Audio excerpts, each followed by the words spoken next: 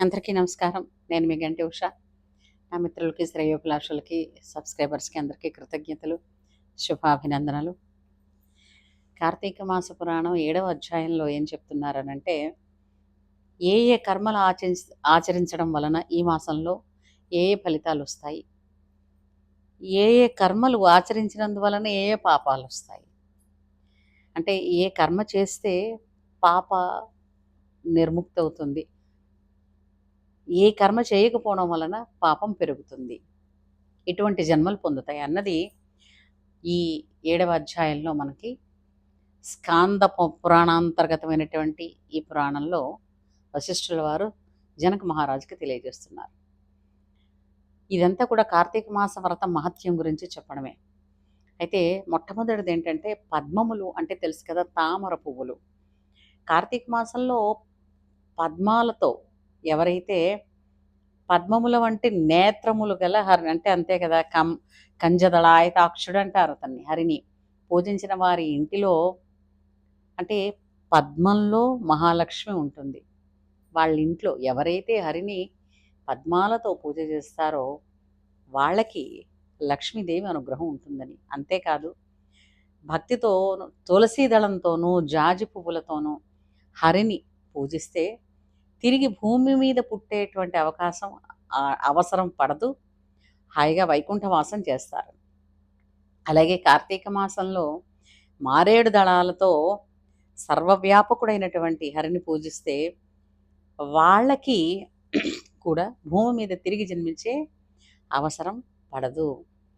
ఫలం దానం ఇచ్చినా సరే, కార్తీక మాసంలో ఫలాలు దానం ఇచ్చినా సరే, సూర్యోదయం కాగానే చీకట్లు ఎలా అయితే విరిగిపోతాయో ఆ వ్యక్తి చేసినటువంటి పాపములు నశిస్తాయి. అంతేకాదు, ఉసిరికాయలతో ఉన్నటువంటి ఉసిరి చెట్టు క్రింద హరిని పూజిస్తే, సాలగ్రామాన్ని పెట్టి అభిషేకం చేసిన, అలాగే అటువంటి వృక్షాలు ఉన్నటువంటి ఉసిరి చెట్టు మొదలైనటువంటి కొన్ని దేవతా వృక్షాలు ఉన్నాయి. ఆ వృక్షాలు ఉన్న చోట బ్రాహ్మణులతో కలిసి భోజనం చేస్తే, హరిని పూజించి విశేషమైనటువంటి కోటాను కోట్ల జన్మల నుంచి వస్తున్నటువంటి పాపాలు పోతాయట. అలాగే కార్తీక మాసంలో హరికి అరటి స్తంభాలతో కానీ పుష్పాలతో కానీ మంటపం నిర్మించి పూజిస్తే చిరకాలం వైకుంఠమందు వాసం కలుగుతుంది.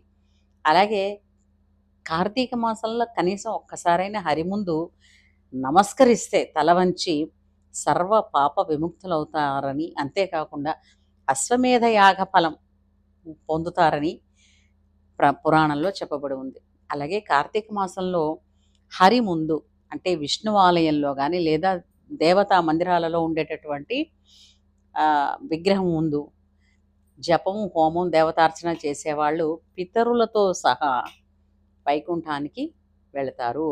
అలాగే కార్తీక మాసమందు స్నానము చేసి తడి బట్టతో ఉన్నవానికి, చలితో వణుకువానికి వస్త్రదానము చేస్తే 10,000 అశ్వమేధ యాగాలు చేసిన ఫలాన్ని పొందుతారు. అంతేకాదు, అంటే ఈ విధమైనటువంటి పుణ్యాలు చేయడం వలన వారు గతంలో చేసినటువంటి పాపములు ఏమైనా ఉన్నప్పటికీ కూడా అవి గాలికి దుమ్ము ఎగిరిపోయినట్లుగా ఎగిరిపోతాయి అని.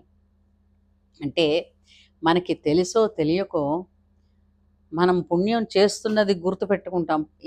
పాపం అన్నది మన వలన ఆ పాపం జరిగిందని, అది పాపం అని తెలుసుకోవడానికి, తెలిసి ఒప్పుకోవడానికి కూడా మనస్కరించక మనసును సమర్థించుకుని అది ఒప్పే చేసాం, తప్పు కాదు అని అనుకుంటాం.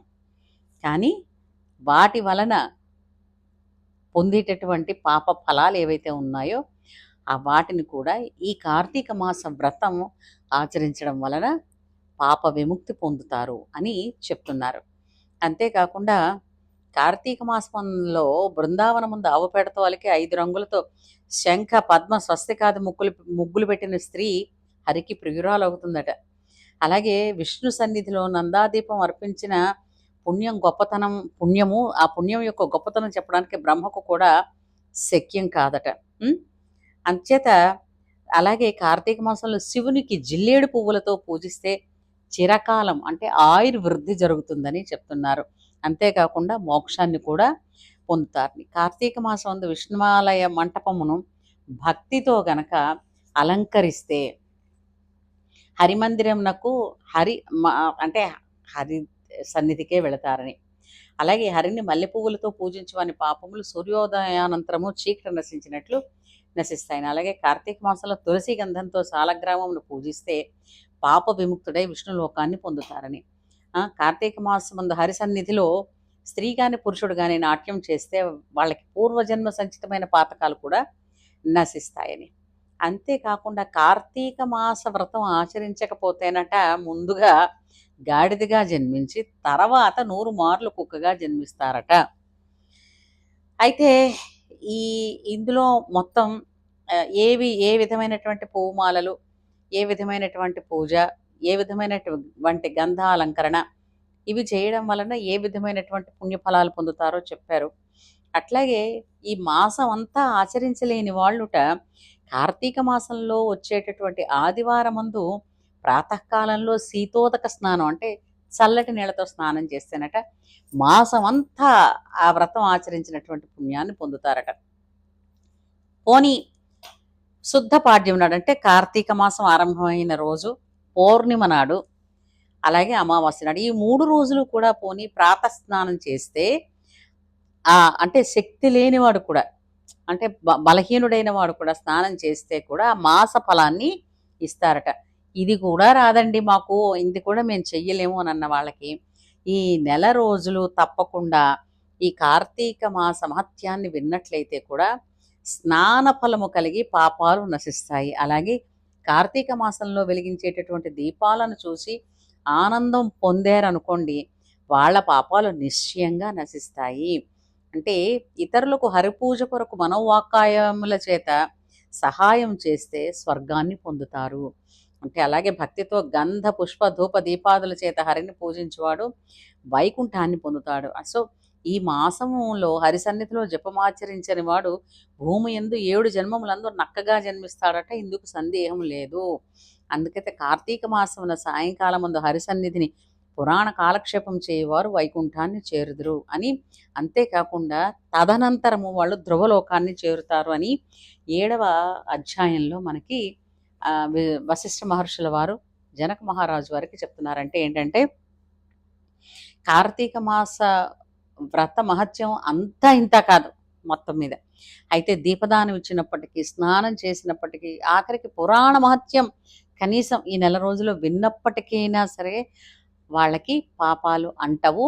వాళ్ళు దివ్యమైనటువంటి భోగాలు, పుణ్యఫలాలు ఇహంలో అనుభవిస్తూ అంత్యమున అత్యంత దుర్లభమైనటువంటి హరి సన్నిధానాన్ని చేరుకుంటారని ఈ పురాణంలో చెప్పబడి ఉంది. కాబట్టి నాకు ఇందులో తెలిసింది ఏంటంటే ఏవి చేస్తే మంచిదో వాటిని చేస్తే ఎంతో పుణ్యం, ఏమి చెయ్యకూడదని చెప్పబడి ఉందో అది చేయకుండా ఉండడం అన్నది విశేషమైనటువంటి సూచనగా ఈ అధ్యాయంలో వశిష్ఠ మహర్షుల వారు జనక మహారాజుల గారికి చెప్తున్నట్టుగా మనందరికీ తెలియచేస్తున్నట్టుగా మనం భావించాలని నాకు అనిపిస్తోంది. మీ తాలూకు అభిప్రాయాలు కామెంట్ సెక్షన్లో తెలియచేయండి. మళ్ళీ మరొక అధ్యాయంలో కలుసుకుందాం. అంతవరకు సెలవు, మరి ఉంటాను.